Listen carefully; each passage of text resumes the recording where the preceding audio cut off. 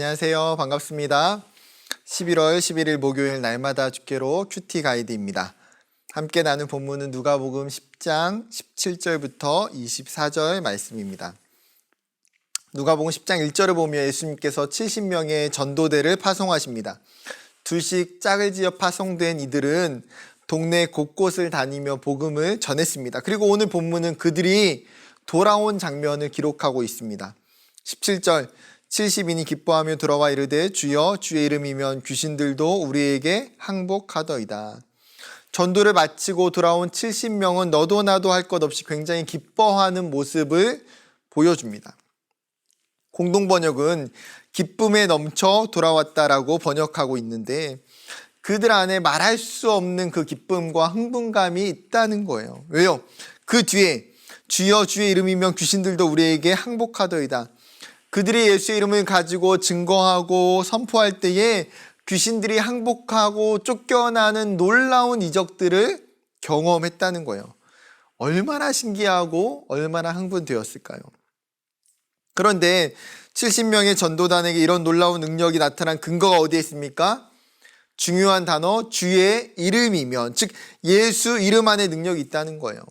예수의 이름으로 이런 일이 일어났다는 것은 더 구체적으로 말하면 그 예수님께 엄청난 권세와 능력이 있다라는 것이죠. 19절에도 예수님이 이렇게 이야기하십니다. 내가 너희에게 뱀과 전갈을 밟으며 원수의 모든 능력을 제어할 권능을 주었으니 너희를 해칠 자가 결코 없으리라. 내가 복음을 전한 너희에게 원수들을 제어할 그 능력을, 모든 악한 세력들을 무너뜨릴 수 있는 그 권세를 주었다는 거예요.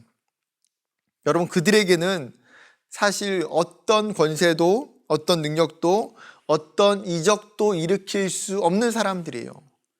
아무런 능력도 없는 지극히 평범한 사람들. 그런데 예수님은 지금 복음을 전하는 자들에게 내가 권능을 주고 내가 능력을 주겠다라고 약속하시는 것이죠.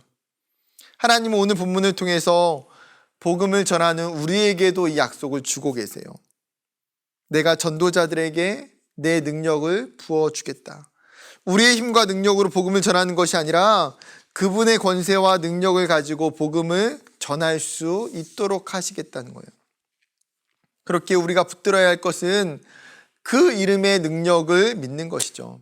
예수 이름의 권세가 있음을 믿는 것, 예수 이름을 전할 때 사단의 세력들이 떠나가고 쫓겨나게 될 것을 믿는 것. 70인의 전도단이 경험한 이 놀라운 은혜와 능력이 지금 이 시대를 살아가고 있는 그리스도인들에게도 동일하게 나타난다는 것입니다. 시대를 초월하여, 환경을 초월하여 하나님은 복음 전도자들에게 이 약속을 허락해 주시고 이 약속을 믿고 소망하는 저와 여러분 되기를 원합니다. 다시 본문으로 돌아와서 예수님은 기뻐하는 전도자들에게 한 가지 경고의 말씀을 하고 계세요. 날마다 주께로 2번 질문이죠. 20절 보게 되면 그러나 귀신들이 너희에게 항복하는 것으로 기뻐하지 말고 너희 이름이 하늘에 기록된 것으로 기뻐하라 하시니라. 언뜻 보면 기쁨에 들떠있는 전도자들에게 찬물을 끼얹는 것 같은 이야기를 하세요. 야, 귀신들이 항복하는 것, 너에게 이적이 나타나고 사람들이 복음을 듣고 돌아오는 것, 이런 것에 기뻐하지 말라는 거예요. 그렇다면 반대로 이런 것들은 기뻐하면 안 됩니까? 아니요. 예수님께서는 지금 이 20절에 말씀하고 있는 핵심이 무엇인지를 파악하는 게 중요해요. 예수님은 지금 70명의 전도자들이 기뻐하고 있는 것이 무엇 때문인지를 정확하게 보셨던 거예요. 그들은 자신 앞에 있는 결과와 이적에 환호하고 기뻐했습니다.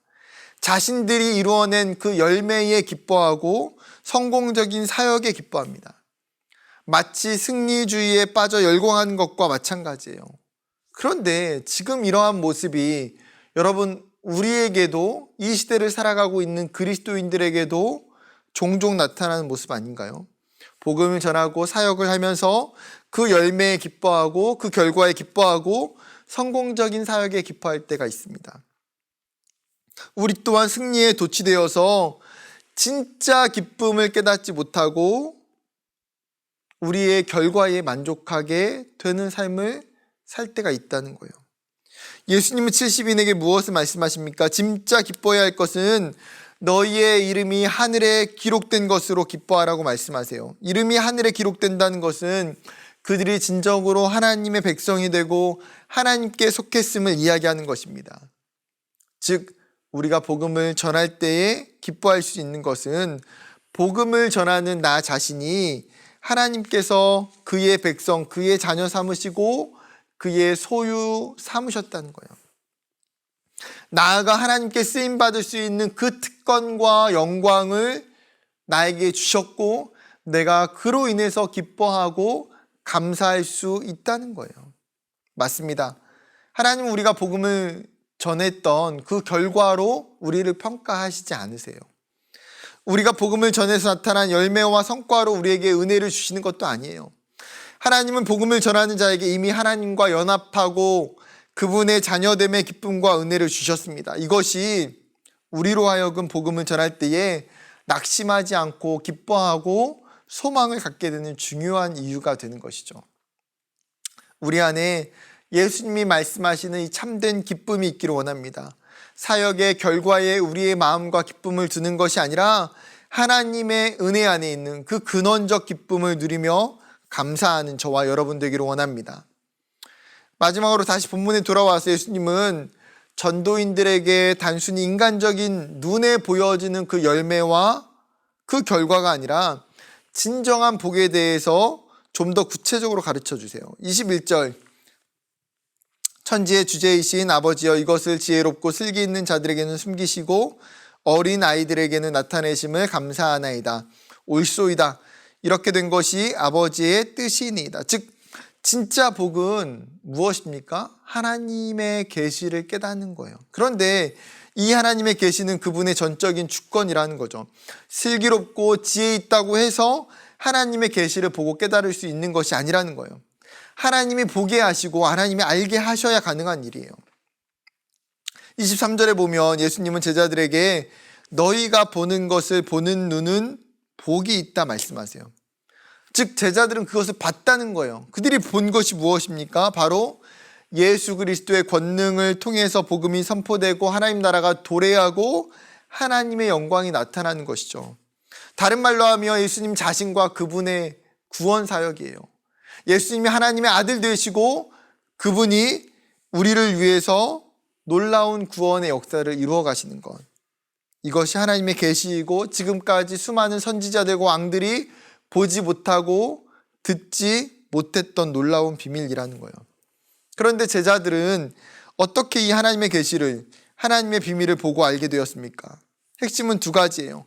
하나님께서 그 계시를 그들에게 알게 하셨고 보여주셨기 때문에. 두 번째는 예수님을 온전히 알 때에 그분을 통해서 가능하다는 것이에요. 22절 말씀해 보게 되면 내 아버지께서 모든 것을 내게 주셨으니 아버지 외에는 아들이 누구인지 아는 자가 없고 아들과 또 아들의 소원대로 계시를 받은 자 외에는 아버지가 누구인지 아는 자가 없나이다 하시고, 하나님께서 자신의 계시와 능력을 그의 아들인 예수 그리스도께 주셨는데 그의 아들인 예수를 통해서만 하나님의 참된 계시를 알 수 있다는 것이죠. 하나님은 자신을 드러내시고 그의 구원 사역을 이루시기 위해 예수 그리스도를 이 땅에 보내주셨습니다. 우리에게 나타나신 그 예수를 바라보고 그분을 온전히 알아갈 때에 우리 또한 하나님을 알고 그분의 나라가 도래하고 성취되는 것을 경험하고 바라보게 될 줄 믿습니다. 오늘 하루도 우리의 힘이시고 능력 되시는 그 예수 그리스도를 붙들며 그분의 이름을 힘입어 살아가는 저와 여러분 되기를 주님의 이름으로 축복합니다. 감사합니다.